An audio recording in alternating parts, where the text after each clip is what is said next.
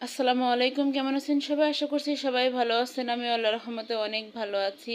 তো আজকে সকালবেলায় উঠে টুকিটাকি বাজার করে নিয়ে আসলাম। এখানে লতি নিয়ে এসেছি 2 কেজি।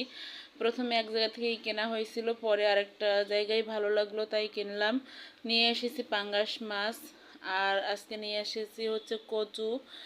জানি না এটাকে আপনারা কি বলেন, কচুর বই বলে অনেকে। তো এই কচুটা নিয়ে এসেছি। কচুটা অনেক উপকারী, আসলে আয়রন বেশি কচু লতি এগুলা। তো তারপরে নিয়েছি হচ্ছে লাল শাক। লাল শাকটাও অনেক ভালো। আর ঢেঁড়স নিয়েছি, ঢেঁড়সগুলো অনেক কচি। তারপরে টয়লেট টিস্যু শেষ হয়ে গিয়েছিল, টয়লেট টিস্যু নিয়ে এসেছি। তারপরে হচ্ছে মানে যা যা বাজার করেছি আপনাদের সবই দেখাচ্ছি। তো এখানে ডিম নিয়ে এসেছি, ডিমও শেষ হয়ে গেছিলো, 1 ডজন ডিম কিনেছি আমি। আর হচ্ছে এই ছিল আজকের সকালে টুকিটাকি বাজার। তো আজকে আমি লতি দিয়ে মাছ দিয়ে রান্না করব, পাঙ্গাস মাছ দিয়ে। কিভাবে রান্না করি আপনারা দেখতে থাকবেন। খুব সুন্দর করে রান্না করব, একদম খুব সিম্পলভাবে। তো প্রথমেই এই যে মাছগুলো আমি হলুদ মরিচের গুঁড়া, হালকা মরিচের গুঁড়া দিয়েছি, লবণ দিয়েছি, দিয়ে ভেজে নিচ্ছি। তো এর মাঝে আমি একটু বলে রাখি, আপনারা যদি আমার চ্যানেলে নতুন হয়ে থাকেন অবশ্যই আমার চ্যানেলটি সাবস্ক্রাইব করে দিবেন, লাইক কমেন্ট শেয়ার করে দিবেন, পাশে থাকা বেল বাটনটি অন করে দিবেন, যেন সমস্ত নতুন নতুন ভিডিও ছাড়ার সাথে সাথে নোটিফিকেশন আপনার ফোনে চলে যায়। আর যারা পুরনো আছেন তারা অবশ্যই ধৈর্য ধারণ করে আমার পুরো ভিডিওটি দেখবেন। সবাই নতুন পুরনো সবাই সুন্দর করে আমার ভিডিওটি দেখবেন।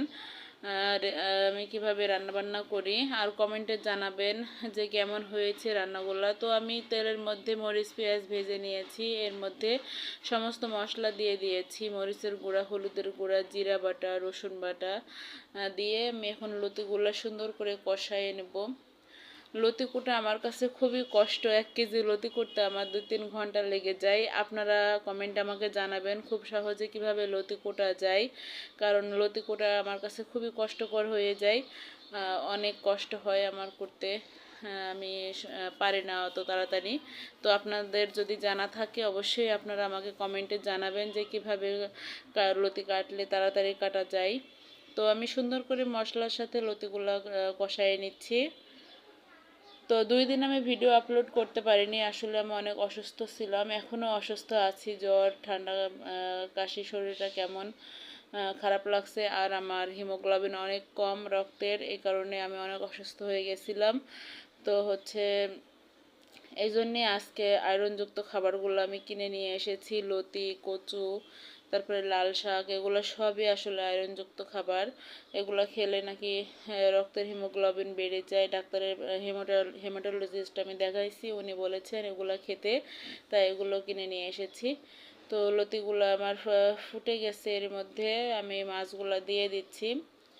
তো অলরেডি আমার রান্না হয়ে গেছে, দেখেন কত সুন্দর একটা কালার আসছে। এরপর আমি ভাজা জিরা গুঁড়া দিয়ে দিব,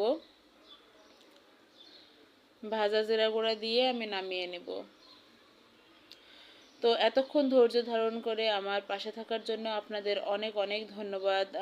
পুরো ভিডিও দেখার জন্য অনেক ধন্যবাদ। আপনারা সবাই ভালো থাকবেন, সবাই আমার জন্য দোয়া করবেন, আর অবশ্যই আমার চ্যানেলটি সাবস্ক্রাইব করে দিবেন, লাইক কমেন্ট শেয়ার করে দিবেন, আমি যেন এগিয়ে যেতে পারি।